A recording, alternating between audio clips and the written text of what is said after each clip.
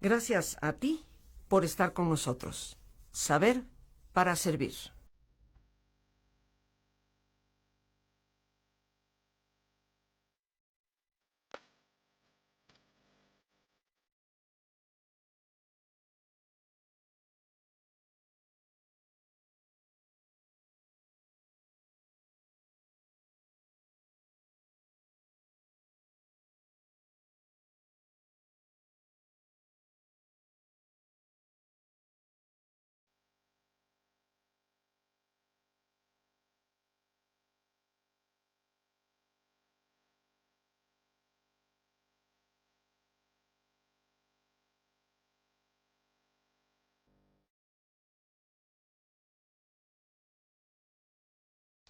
El Imperio Romano, probablemente el más poderoso y uno de los más importantes, sin lugar a dudas, a lo largo de toda la historia.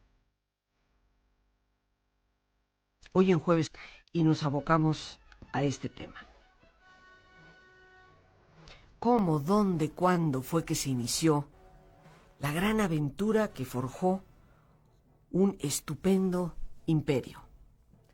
Con sus luces, con sus sombras, con grandes cosas que hemos venido imitando a lo largo de la historia y del tiempo, y también con muchos de los defectos que siempre parecen presentarse cuando nuestro delirio de poder rebasa todos los límites. Pocos imperios han durado lo que duró Roma, puesto que se calcula desde su fundación legendaria en el año 750 a.C. y su término hasta aproximadamente finales del siglo V, inicios del siglo VI, pues un imperio que duró prácticamente más de 1000 años. Todos hemos oído hablar de esa leyenda, porque no la podemos considerar, por supuesto, otra cosa, entre Rómulo y Remo. Estos dos hermanos abandonados en el bosque, en la foresta, que fueron alimentados, de acuerdo a la leyenda, por una loba. Esta loba que de alguna manera los crió, los hizo crecer, para llegar eventualmente a convertirlos en dos hombres fuertes. Hubo pleito entre los hermanos, como muchas de las leyendas y de las historias en la humanidad nos hablan. Y se dice que finalmente Rómulo liquidó por completo a Remo. Fundó una pequeñísima población en lo que hoy, por supuesto, es la ciudad de Roma, a las orillas del río Tíber. Pero cuenta la leyenda, en parte también un poco ya la historia, que este era un pueblo de hombres donde no había tantas mujeres, y por supuesto que las necesitaban. Así que se van adentrando un poco hacia el norte de la ciudad de Roma y engañan a una población cercana, haciéndoles pasar un buen rato a los hombres, engatusándolos con la idea de que iban a ser buenos amigos, pero eventualmente lo que hacen es raptar a todas sus mujeres. Esto se conoce, queridísimos amigos, como el famoso rapto de las Sabinas, que ha sido conmemorado a través de la pintura, a través de la escultura, y encontramos imágenes representadas de este hecho histórico en casi todos los museos del mundo. Así que ese grupo de romanos se rapta a este grupo de mujeres, y con esto se dice que funda finalmente pues una Roma en donde puede haber familias, descendencia y por lo tanto crecimiento. Sin embargo, ya en aquel entonces, en la bota que hoy conocemos como la República Italiana, existía un reino muy adelantado en la zona que hoy ocupa más o menos la ciudad de Florencia. Era el reino etrusco. Los etruscos vivían relativamente de forma pacífica, Y en aquel entonces un pequeño poblado como era Roma no representaba mayor amenaza. Por otra parte, los romanos, que apenas iniciaban el establecimiento de su ciudad, decidieron hacerse amigos de los etruscos y ¿para qué tanta burocracia? Mejor apeguémonos al rey etrusco, sigamos sus consejos y con esto tendremos orden y sobre todo paz. Pero por supuesto, la ambición rompe el saco. Un buen día, el rey Servius de los etruscos hace grandes reformas, establece un senado, tiene un censo y establece las bases propiamente de lo que va a ser una república. Los romanos, por lo tanto, quedan muy satisfechos de poder seguir siendo súbditos, de alguna manera, de este rey. Pero el tiempo pasa, queridos amigos, y sucede algo que es donde aplicamos el refrán, el que la hace la paga. Así como los romanos habían raptado a las Sabinas, resulta que una buena noche los etruscos pues le juegan una mala pasada a los romanos. Los invitan a que vayan con ellos a cenar, a tener un rato de esparcimiento, y mientras les dan buena bebida y buena comida, muchos de los aristócratas etruscos entran en la ciudad de Roma y raptan a muchas de las mujeres, las violan, y con esto crean, por supuesto, un tremendo caos. Una mujer sobresale en esta historia. Estamos hablando del año 510 a.C. Esta mujer se llamaba Lucrecia. Y resulta que pues uno de los etruscos entra a su casa, abusa de ella y cree dejarla muerta. Pero Lucrecia de hecho queda con vida. Y tiene el tiempo suficiente para escribir una carta a su esposo, relatándole lo que ha sucedido en la ciudad de Roma al haber salido los hombres a reunirse en este tipo de fiesta con los etruscos, y le confiesa que ha sido abusada y que por lo tanto decide ella misma quitarse la vida, puesto que esta afrenta representa la pérdida total del honor.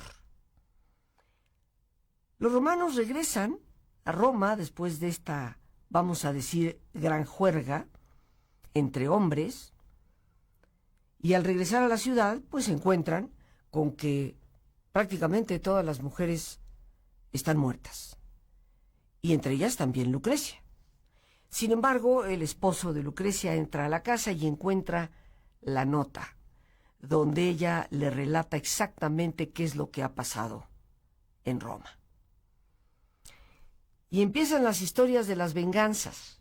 Si ellos se raptaron a las Sabinas, ahora sus mujeres han sido abusadas y ahora se la tienen que devolver a los etruscos. Con lo cual le declaran una guerra y los romanos, sumamente organizados, con una furia y una rabia infinita por lo que les ha sucedido a sus mujeres, se lanzan contra los etruscos y los destruyen por completo.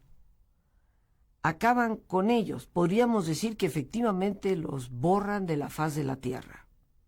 Y a los pocos que sobreviven, los someten, salvando por supuesto a las mujeres que eventualmente se van a convertir en sus nuevas esposas o parejas.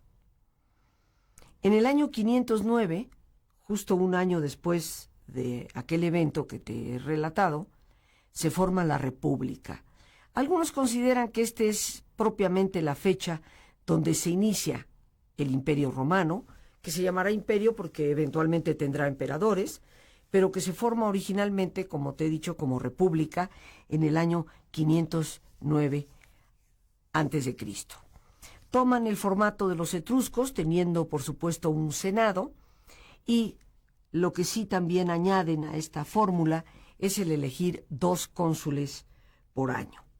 Es como si hubiera 2 reyes, 2 presidentes, pero que por supuesto están sometidos al Senado, sin embargo que ejercen un poder y son respetados como la autoridad superior.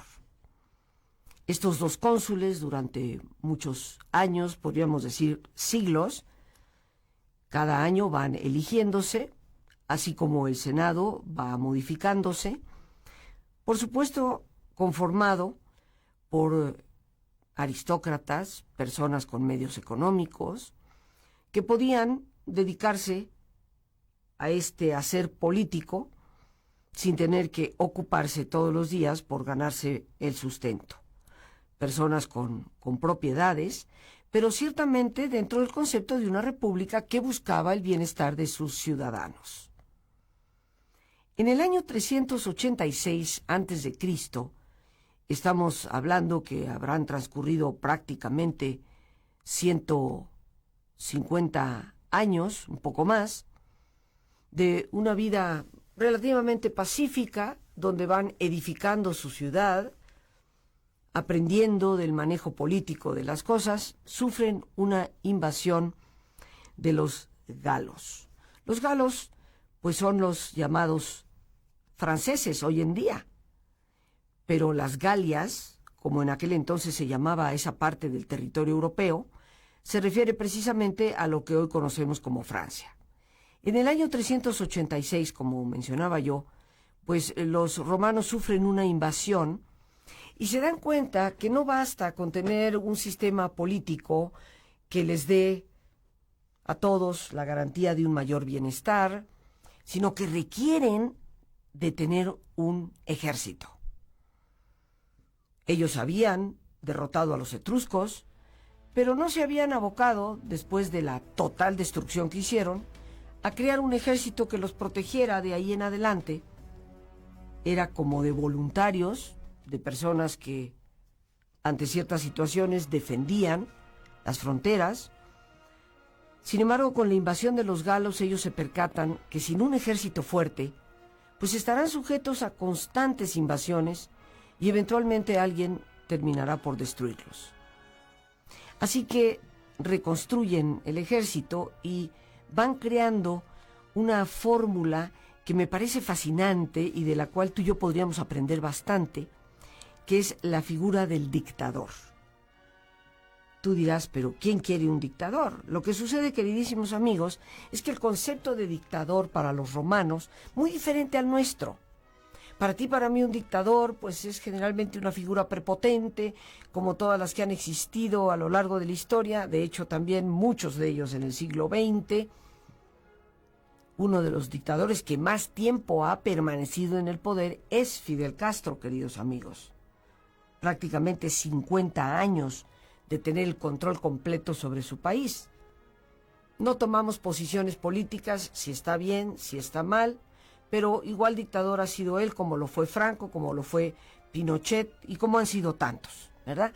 Gente que se estanca en el poder sin querer soltarlo y que para ti y para mí nos evocan una figura de prepotencia, de abuso sobre los demás, de falta de libertad, en donde no se puede opinar, no se puede hablar con libertad. Pero en el concepto de los romanos, la palabra dictador quería decir el que dicta. Digamos, queridos amigos, y esto, atención, de verdad atención, porque es un concepto para ti, para mí, nuevo.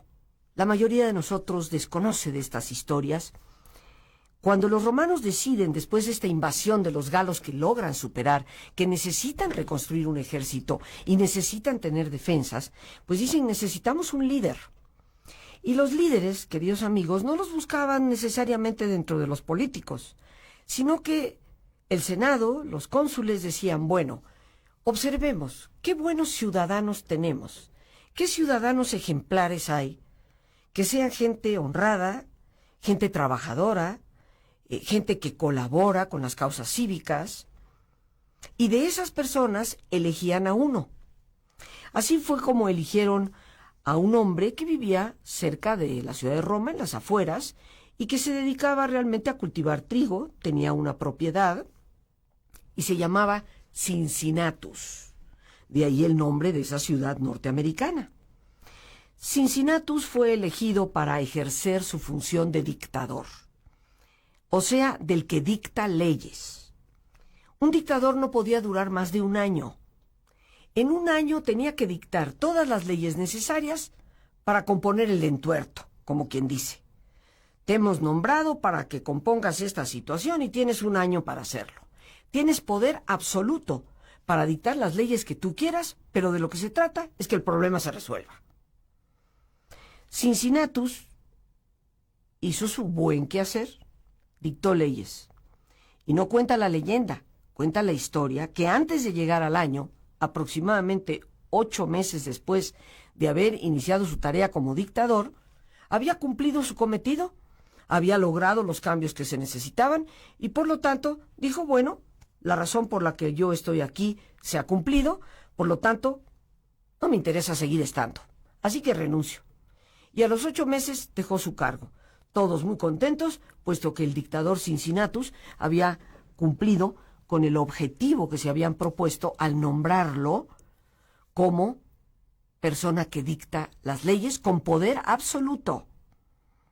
Yo me pregunto, ¿cuánto tendríamos que aprender en la modernidad a imitar este ejemplo? De personas que no se queden trabadas en el poder, con el quiero más y quiero más, para poder llegar eventualmente a cumplir con el trabajo que se les encomienda y regresar, como lo hizo Cincinnatus, a su granja, a su ranchito fuera de Roma, en donde siguió cultivando trigo. Las leyes de Cincinnatus causaron pues una enorme mejoría para la República Romana en ese entonces. El tiempo pasa y por ahí del año 250 antes de Cristo, Roma ya había extendido su poderío a ciertas partes de lo que es la bota italiana, gran parte de ella ya la tenía Roma, y también empiezan sus incursiones hacia todo lo que es Sicilia. Se van apoderando de la gran isla y entran en conflicto con una cultura muy grande, muy poderosa, muy rica, que se llamaban los cartagineses. Cartago era una ciudad en el norte de África. Se dice que los cartagineses eran realmente los descendientes de los fenicios. Y los fenicios fue un pueblo sumamente antiguo, excelente para el comercio, que llegaron a dominar toda la cuenca mediterránea y fundaron esta magnífica ciudad en Cartago. Los cartagineses tenían el control de todo el Mediterráneo, comerciaban con todas sus partes, toda la costa norte de África, España, las Galias, que así se le llamaba entonces a Francia, también en Sicilia y por supuesto lo que es el Medio Oriente. Los romanos decidieron que ellos querían ese pedazo del pastel y empezaron a guerrear en lo que se vino a llamar por la historia las guerras púnicas. Existe una primera de ellas, entran en batalla y Roma la gana. Llega hasta la ciudad de Cartago, habla con el rey de Cartago y resulta, queridos amigos, que cometen algo que nunca trae cosas buenas. Asesinan literalmente al rey cartaginés de una manera verdaderamente brutal. Y frente a la presencia de su hijo, un pequeño de escasos 12 o 13 años, que se llamaba Aníbal.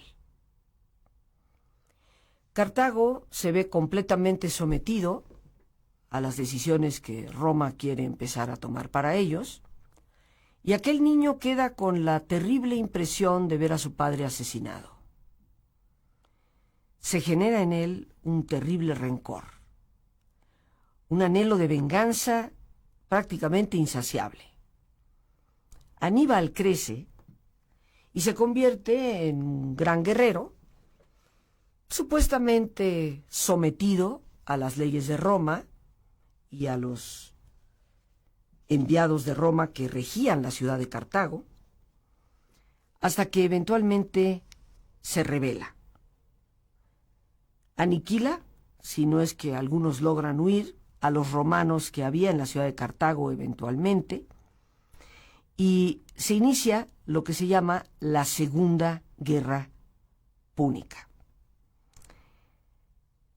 Aníbal, como líder de los cartagineses, tiene tal nivel de rabia y de deseos de venganza que se convierte en un general implacable y a la vez imparable. No solamente destruye gran parte de la flota romana, sino que inclusive decide invadir Italia y apoderarse de Roma. No podía hacerlo de manera directa sobre Sicilia o la bota de Italia propiamente, porque estaba sumamente resguardada. Ya se podrán ustedes imaginar, ahí estaban todos apertrechados. Así que toma una ruta muy particular a través de España. Cruza con su flota, sus grandes naves, siendo estupendos marineros los cartagineses, para entrar en la bota, o más bien dicho, en la península ibérica. Entra con un tremendo ejército, arrasa con las personas en España, algunos de ellos ya dominados por Roma. Ya Roma había tomado parte del control de España, los aniquila verdaderamente y sigue su camino hacia los Pirineos. Y aunque te parezca increíble, lleva no solamente a un gigantesco ejército, sino que lleva elefantes. Tú dirás, bueno, elefantes todos los conocemos, pero en aquel entonces un elefante en Europa era como un monstruo venido de quién sabe dónde, al igual que los caballos cuando vinieron a nuestro país con los españoles. Pero te podrás imaginar el imponente tamaño de un elefante. Y realiza algo que nadie hubiera pensado prudente. Cruza los Pirineos y cruza parte de los Alpes para entrar en la bota italiana con elefantes. Por supuesto, no calcula que le va a tocar parte del invierno y muchos de los elefantitos perecen, así como miles de los soldados en su ejército. Sin embargo, como una de las grandes hazañas históricas de todos los tiempos, sabemos que Aníbal finalmente cruzó los Alpes, entró en la bota italiana y empezó a arrasar con cuanto romano se encontraba. Los romanos, desesperados porque no sabían qué hacer, finalmente se les presentaba un rival no solamente igual que ellos de fuerte, sino que aparentemente infinitamente superior en sus tácticas como general. Así que Aníbal sigue avanzando, los romanos tratan de organizarse y buscan a alguien que les organice el ejército, un gran general que se llamó Publio Escipio. Entran de esta manera en batalla directa Publio Escipio y Aníbal. Pero déjame decirte que aquellas batallas que eran hombre contra hombre, nada de que le aprietas un botoncito y va a caer el misil por allá y no te enteraste ni a cuántos mataste. En esas batallas llegaban a haber hasta más de 100,000 muertos en un día. Te podrás imaginar cuán sangriento era aquello. Aníbal finalmente llega relativamente a las afueras de Roma y está por tomar la ciudad. Un consejero le dice: avancemos, es momento de hacerlo. Como en la guerra de independencia de nuestro país, le dijeron a Hidalgo: avancemos sobre la ciudad, es el momento de tomarla. Pues Hidalgo cometió el mismo error que cometió Aníbal. Decidió esperar. Se sintió que las tenía todas ganadas, que no había ya posibilidad de que el enemigo lo venciese, y tremendo susto se llevó cuando Publio Esquipio organiza al ejército romano, y aún siendo una cantidad no muy numerosa, derrotan a Aníbal prácticamente en las puertas de Roma. Aníbal huye con los pocos soldados que le quedan, sube en algunas de sus embarcaciones que habían llegado a la bota italiana hacia el sur y logra escapar de nuevo hacia Cartago. Y bueno, el juego de las venganzas nunca acaba. Aníbal huye y los romanos deciden: a este no lo escabechamos. Así que síganlo, persíganlo, lleguen hasta Cartago y denle cranqui. Y así lo hicieron. No solamente lo aniquilaron, sino que destruyeron por completo la ciudad de Cartago. No quedó vestigio alguno de una gran civilización. Y Aníbal lo sometieron prácticamente a nivel de esclavo.